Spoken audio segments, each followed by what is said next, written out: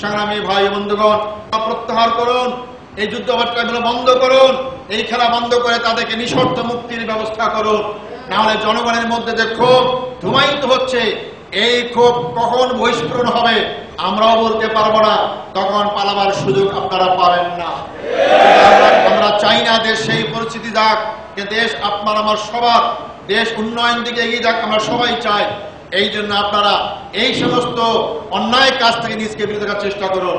সংগ্রামী ভাই বন্ধুগণ, দ্বিতীয় যে কথা বলতে চাই, আজকে টেলিভিশনে দেখতেছিলাম ইসলামী ছাত্র শিবিরের 4 জন নেতা কর্মীকে গ্রেপ্তার করে তাদের সামনে অস্ত্র দিয়ে বলা হচ্ছে শিবির নিয়েছে বলে যারা বলতে চান তাদেরকে বলতে চাই, সর্বহারাদের পৃষ্ঠপোষক মহাজোটের মধ্যে আছে।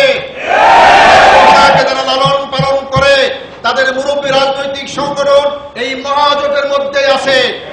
স্বাধীনতার পরবর্তী সময় যারা সর্বহারা গঠন করেছিল, স্বাধীনতার পরবর্তী সময় যারা গণবাহিনী গঠন করেছিল, ওই জাসদের দল আজকে আপনাদের মহাজোটে। এই জন্য সর্বহারাদের কথা বলে আসলে সন্ত্রাসী থেকে আপনারা আড়াল করতে চান। ইসলামী ছাত্র শিবির একটি পুত পবিত্র ছাত্র সংগঠন।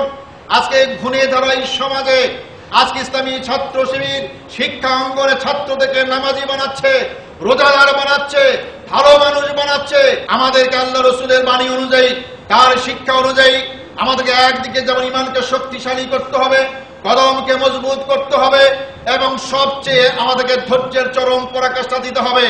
কোন দিকে কথা না বলে, কোন দিকে নজর না দিয়ে বাংলাদেশ জামাত ইসলামীর পক্ষ থেকে আমাদের নিয়মতান্ত্রিক গণতান্ত্রিক আন্দোলনের মধ্য দিয়ে জনগণকে সংগঠিত করে আমরা এই সরকারের সকল অপকর্মের বিরুদ্ধে আমরা আন্দোলন করব। রাজপথে আমরা আন্দোলন করব আমাদের আইনের মাধ্যমে, এবং এর মাধ্যমে আশা করি আমরা আমাদের নেতৃবৃন্দকে মুক্ত করতে পারবো এবং এই জালেমবাজ সরকারের হাত থেকে এই দেশের জনগণকে মুক্ত করতে পারবো ইনশাআল্লাহ।